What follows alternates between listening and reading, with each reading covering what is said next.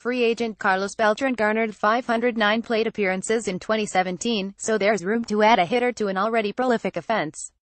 It's true that the Astros could fill those at-bats internally, but the options don't seem that great.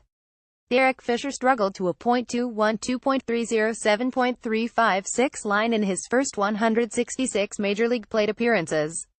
Tyler White's career .229, .29, 4.406 line leaves much to be desired.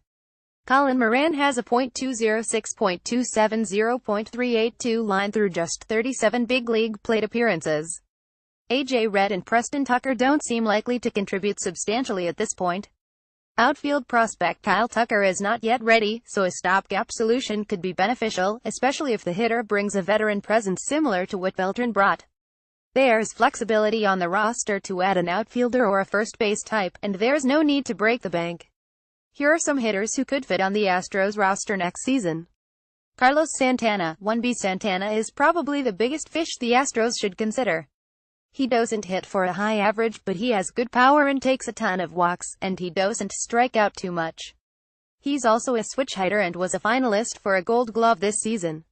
With so many first base types available, Santana could probably be had on a 3-year deal for fairly reasonable money. MLB trade rumors predict a 3-year, $45 million deal for the soon-to-be 32-year-old.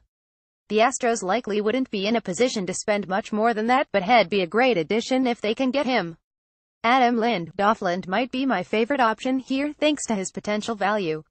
He played last season for $1 million with the Nationals and hit .303, .362, .513 with 14 homers and 301 plate appearances. He can play outfield if needed, but he's best suited as a DH at this point. The left-handed hitter could DH against righties with Marvin Gonzalez in left field and Yuli Gurriel at first base. Against lefty pitching, Jake Marisnick could play the outfield, with Gurriel moving to DH and Gonzalez at first. On a 1-year deal, Lind could be an excellent piece that won't tie up future at-bats for Tucker and other top prospects. Carlos Gonzalez. After hitting 40 homers just 2 years ago, Cargo limped to a .262, .339, .423 line with 14 homers this season. With that being the case, the 32-year-old could be open to a 1-year deal to re-establish his value. The lefty could platoon with Marisnick in the outfield, leaving the DH spot open for A.J. Hinch to utilize as he sees fit. The problem with this is Gonzalez's numbers seem to have been inflated by playing at Coors Field.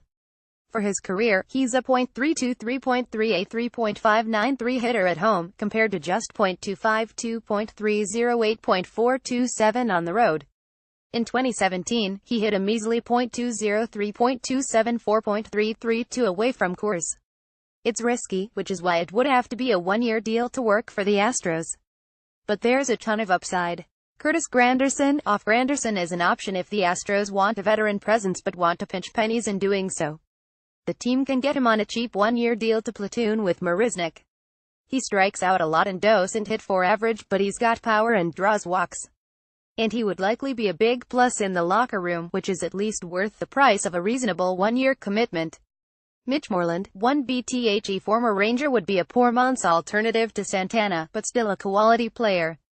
Moreland was a Gold Glove finalist in 2017 after winning the award the year before, so his defense brings plenty of value. He also brings solid power and hits plenty of doubles. His strikeout numbers are a bit high and he doesn't hit for much average, but he also isn't strictly a platoon player. He hit .246, .324, .460 against righties in 2017 and .247, .341, .342 against lefties. Moreland would be solid value on a 1-year deal similar to the one he signed with Boston last year. Statistics courtesy of Baseball Reference.